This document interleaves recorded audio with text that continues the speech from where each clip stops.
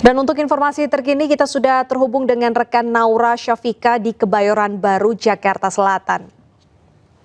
Ya, Naura, bagaimana nih para produsen di sana menyiasati kenaikan harga kedelai?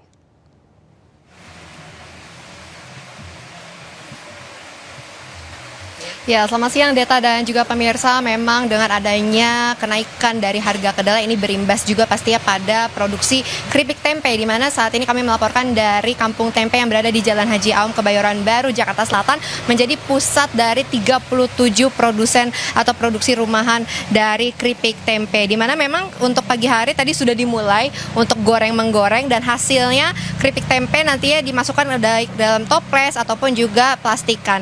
Dan kalau kita lihat untuk kenaikan harganya pun juga pastinya ini lumayan signifikan, di mana untuk yang toples ini dengan berat 3 kg semula harganya 210 kg sekarang naik menjadi 225 kg. Nah, kalau untuk yang 500 gram seperti ini Deta dan juga pemirsa, ini semula di harga 30.000 sekarang naik menjadi 35.000. Dan memang kalau kita melihat ini untuk kenaikan dari keripik tempe tidak hanya disebabkan dari kenaikan harga kedelai saja, tapi ada juga dari dampak kenaikan plastik, di mana tadi sudah disebutkan dari pemilik atau produsen pengusaha keripik tempe, di mana untuk plastik yang seperti ini, yang klip ini memang menjadi favorit bagi masyarakat atau pelanggan, di mana untuk kenaikan dari harga plastik sebesar 24.000 yang sangat berpengaruh sekali untuk harga keripik tempe yang semakin menaik. Dan juga kalau misalnya kita lihat di sini untuk keripik tempe di sini memang untuk varian rasanya ini juga bermacam-macam, dan kalau kita tes kriuk ini memang kalau di tes kriuk untuk mendapatkan rasa serenyah ini pastinya berpengaruh sekali dan bergantung dengan minyak. Dan seperti yang kita ketahui bersama, memang untuk harga minyak pun juga mengalami kenaikan Deta dan pemirsa. Tentu saja ini berpengaruh untuk harga keripik tempe yang semakin melonjak naik. Namun pastinya dari masyarakat ataupun konsumen ini juga sudah mengeluhkan kepada para pengusaha keripik tempe yang ada di sini. Namun tidak bisa komplain lebih jauh lagi karena memang sudah seperti ini untuk kondisinya saat ini. Dan dari pengusaha keripik tempe ini juga sudah mengatakan bahwa memang untuk harga ataupun kenaikan dari kedelai ini masih belum diinformasikan apakah memang penyebabnya dari geopolitik ataupun juga dari harga tukar rupiah ke dolar yang melemah. Tapi yang pastinya memang untuk 80% dari produsen atau keripik tempe dan juga tempe murni ini sangat bergantung dengan kedelai impor yang biasanya dari Amerika ataupun juga Cina. Dan memang kalau misalnya untuk keripik tempe seperti ini masih mempertahankan untuk kualitasnya supaya pelanggan tidak merasakan kesal ataupun juga komplain jauh lebih banyak mengenai kualitas, sehingga memang siasat utama dari produsen keripik tempe adalah menaikkan harga namun tetap menjaga dari kualitas agar pelanggan tetap senang dan juga membeli dan langganan di tempat ini. Dan memang kalau misalnya dari keseluruhan, tidak hanya dari tempat kami melaporkan, ini berada di keripik tempe Pak Joko. Memang dengan total 37 produsen keripik tempe yang ada di Jalan Haji Aom, Kebayoran Baru ini juga memang semuanya menaikkan harganya, namun tetap menjaga dari kualitas ya. Sementara itu Deta, kembali ke studio. Baik, terima kasih Naura atas laporan Anda. Jangan lupa oleh-oleh keripik tempenya untuk teman-teman di redaksi ya. Selamat bertugas kembali. Kita ke informasi lainnya pemirsa, gegara batal nikah setelah 8 tahun pacaran, seorang TKW merobohkan rumah calon suaminya di Ngawi, Jawa Timur. Rumah tersebut dibangunnya dari hasil bekerja sebagai TKW di Hong Kong.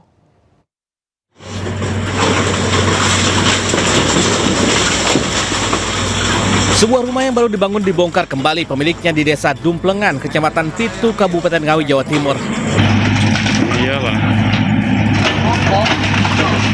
Rumah itu berdiri di atas tanah milik seorang pria berinisial PR yang sudah 8 tahun menjalin hubungan asmara dengan seorang TKW berinisial RA di Taiwan. Namun saat kembali ke tanah air, hubungan mereka kandas dan akhirnya rumah yang pembangunannya dibiayai RA akhirnya dibongkar. Disaksikan oleh pihak kepolisian, pihak desa dan warga setempat, alat berat dikerahkan untuk merobohkan rumah tersebut sesuai kesepakatan dalam waktu 10 hari. Sudah didamaikan di desa, tidak ada kecocokan pula, tidak bisa. Akhirnya sepakat untuk rumah dikembalikan pada pemilik uang atau istri perempuan, tanahnya dikembalikan miliknya yang laki-laki.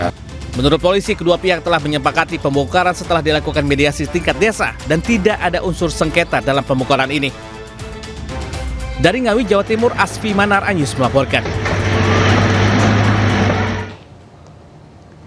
3 terdakwa kasus dugaan kekerasan terhadap Nenek Elina yang sempat viral diusir dari rumahnya menjalani sidang perdana di Pengadilan Negeri Surabaya.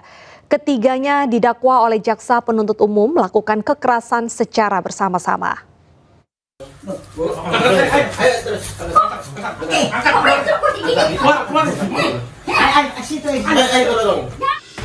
Majelis Hakim Pengadilan Negeri Surabaya menggelar sidang perdana kasus dugaan kekerasan terhadap Nenek Elina yang sempat viral beberapa waktu lalu.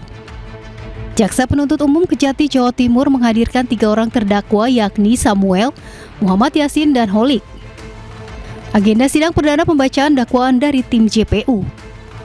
Ketiganya didakwa dengan terang-terangan atau di muka umum dan dengan tenaga bersama melakukan kekerasan terhadap orang atau barang. Namun pihak kuasa hukum salah satu terdakwa menyatakan bahwa dakwaan jaksa banyak kejanggalan dan akan mengajukan eksepsi di agenda sidang berikutnya. Yang namanya saksi korban, saksi pemilik rumah, pihaknya Nenek Elina mengatakan dia selaku pemilik ahli waris. Tapi beliau ini terdakwa Samuel adalah selaku pembeli bertiket baik, jual beli sah, proses notaris sudah sah, belum ada pembatalan dalam jual beli. Nah, disinilah nanti kita buktikan. Seperti diketahui, peristiwa ini berawal dari viralnya video saat Nenek Elina yang didatangi oleh sekelompok orang dan diusir paksa mengosongkan rumahnya pada bulan Agustus 2025 silam. Rumah Nenek Elina kemudian dibongkar dan diratakan. Dari Surabaya, Jawa Timur, Hari Tambayong, iNews melaporkan.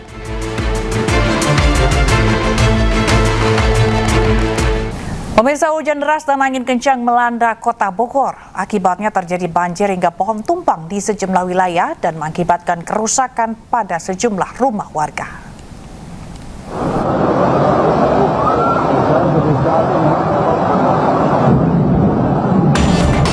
Hujan disertai angin kencang melanda wilayah Empang dan Pancasan, Bogor, Jawa Barat. Sejumlah kendaraan yang melintas di kawasan ini bahkan harus menghentikan laju kendaraannya untuk menjaga keselamatan. Ya Allah ya Rabbi, Allahu Akbar, Allahu Akbar, Allahu Akbar. Peristiwa ini juga membuat puluhan rumah di area permukiman warga di Kampung Babakan, Fakultas Kelurahan Tegalega terendam banjir. Cuaca ekstrim juga menyebabkan terjadinya pohon tumbang di Kelurahan Lawang Gintung dan batu tulis hingga menutup ruas jalan utama.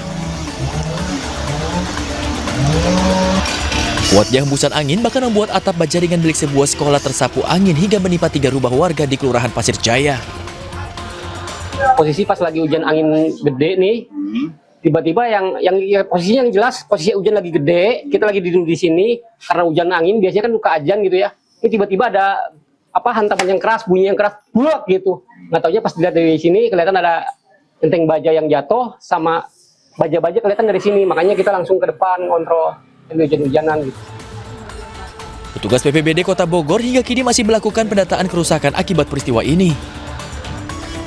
Dari Bogor, Jawa Barat, Andi Firmansyah, iNews melaporkan.